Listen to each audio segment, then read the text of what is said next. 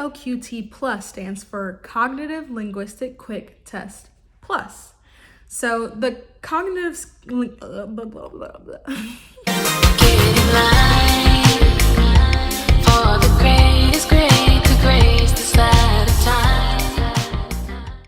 Hello beautiful people, welcome back to my channel. I am Jasmine if you didn't know, and today I'm going to teach you how to administer and score the CLQT Plus. So let's just go ahead and start with the basics. What is the CLQT Plus? Who can you give it to? How long is it going to take? So CLQT Plus stands for Cognitive Linguistic Quick Test Plus. You can give it to individuals from 18 to 89 years of age, and it's used as a really quick evaluation of the 5 domains of cognition, which are attention, memory, language, executive functions, and visuospatial skills. And this test typically takes about 15 to 30 minutes to administer.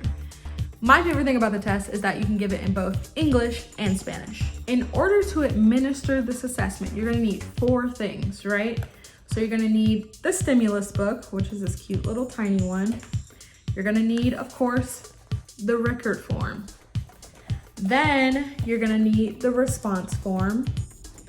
And then finally, you're gonna need the manual. Because I'm about saving you time and sanity, I am not going to go through the entire assessment, but I am gonna go through 2 different subtests so that you can see what it's like to use the stimulus book and the response packet. The first thing you wanna do anytime you're administering any test really, but the CLQT Plus, is to fill out the personal information, fill out their chronological age. Those are the first 2 steps. The rest of the things at the bottom of this page are dedicated to when you're finished, to put the severity levels of the different parts of the assessment that you completed. So an example of a subtest that uses the stimulus book is going to be confrontation naming. So let's go ahead and go through it really quickly. So starting at the top of the page, it tells us that we need the pages 1 through 10 of the stimulus book. We don't need a response booklet or additional materials, and we can prompt by saying a common name or a single word response. You can only repeat each direction for each item 1 time, and the time limit for each question is 30 seconds. There is no modification for aphasia administration. Moving down to the directions, you're just gonna say, now I want you to name some pictures. That is when you are going to open the stimulus book, moving right there to page 1 as it says in the directions. So you're gonna say, what is this? You're gonna give them a second, then you're gonna say, what is this? So as you are going down each of these, you're gonna wanna write the response in the designated box.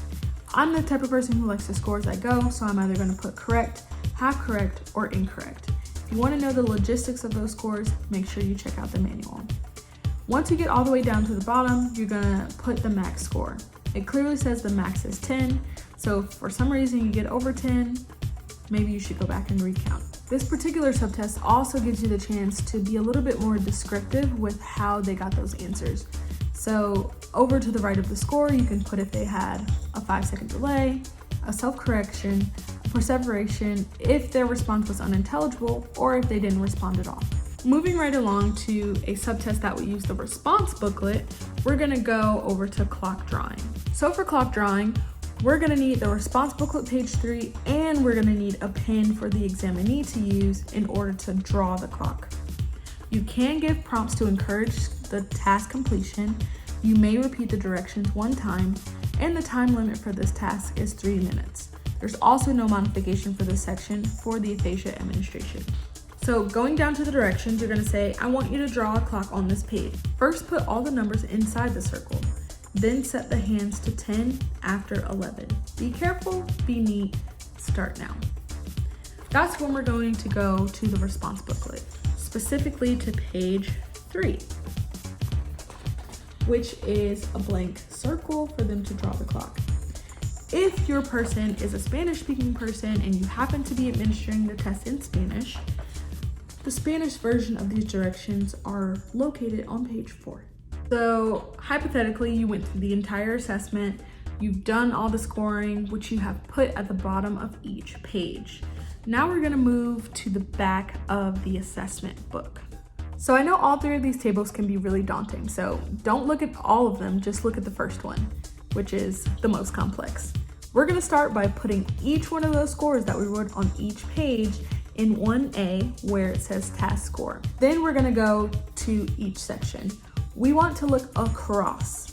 Do not transfer your score to any of the blue sections. You want to transfer your score to where it says multiply by a specific number. You're going to do that for every single task, and then you're going to write in 1C the final score for each one of those sections. This number should be pretty large, and you'll see why once we get to table 3. Table 2 is optional. You can put everything in this section if you want to compare the task scores to cut scores. That is to say, depending on the age of your client, you can tell based on the cut score if they are below where they need to be. I'm not a fan of using age equivalents, and I really don't suggest that you do that, but if that is something that you are looking for, you can find that in table 2. So now we're gonna move on to table 3, which is going to help you find your severity ratings for each of the sections you just finished. If your client had a really big number, that's probably really good because that means they're within normal limits. The lower the number, that's when we're getting into different severity levels: mild, moderate, and severe. So in 3A, you're going to transfer your scores that you just added up and multiplied all together from 1C. Then you're going to go across the table, making sure that the client's age matches up in 3B. You're going to find that number, pick the severity, and you're gonna circle it. Then at the end, you're gonna put the severity rating number. If you got within normal limits, you're gonna put a 4, mild 3, moderate 2, severe 1. Once you're finished with table 3, you're gonna flip back to the front of the record form, page 1, and you're going to put those severity ratings that you just found. By the way, if you watch this video and you're still a little confused, visit page 2, where they have a beautiful, lovely paragraph on how to administer this assessment. I made this video because I know these videos could have been helpful for me when I was in grad school. If these are helpful for you guys, make sure to give me a thumbs up. And if you want me to do any other assessments, feel free to let me know in the comments below. And I will see you guys in the next video.